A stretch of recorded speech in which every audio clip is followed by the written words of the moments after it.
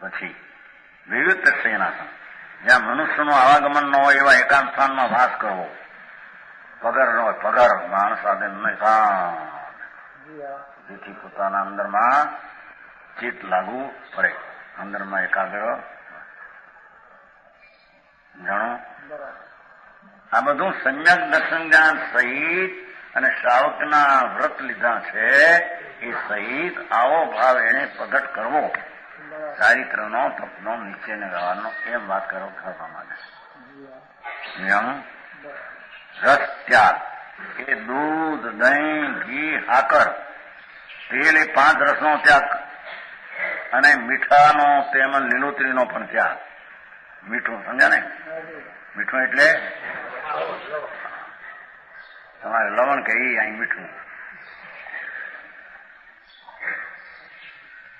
જો કે રસ તો 5 જ છે, તો પણ ઇન્દ્રિય સંયમની અપેક્ષા એ સાથેનો ત્યાગ કરવો, મીઠું અને લીલોતરી બે ભેળવીને.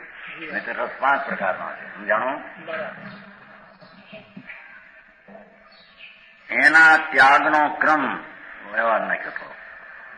મીઠું રવિવારે મીઠું છોડવું એમ કે છે, એ આવે છે વ્યવહારની રીતમાં. હાથ બહાર છે ને, હાથમાં રસ રવિવારથી શરૂ થયું છે.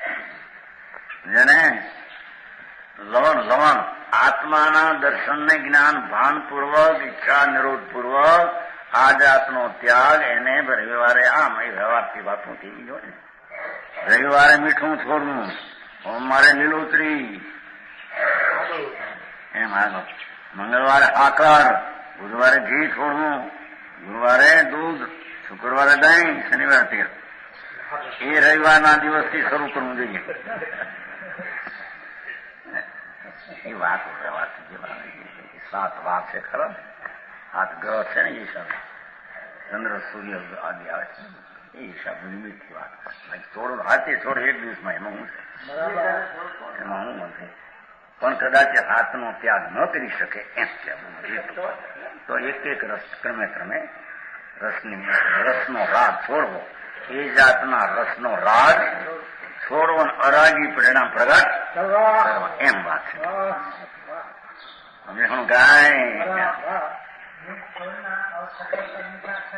હા એ વડે એમ ક્યાં રહી. આ તો રાગ ઘટાડવા માટે વાત છે. આત્મામાં સ્થિર થવામાં નિમિત્તપણું થતા આવું હોય છે એની વાત છે. છળ કપટથી કરે એની વસ્તુ ત્યાં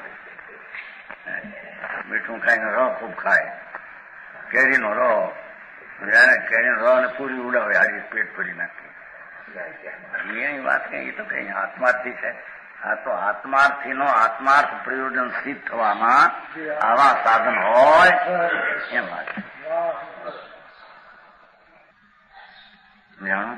હા, આ રહી ગયું એકલું, ઓલું મૂળ રહી ગયું. જાણું કાંઈ ખબર નહીં. અહીં તો આત્માના દર્શન પૂર્વક, જ્ઞાન પૂર્વક અણુવ્રત વાળો જીવ આવી ભાવના, આવા ત્યાગને માટે ભાવના કરે એમ કે છે. હા, સમજાણું કાંઈ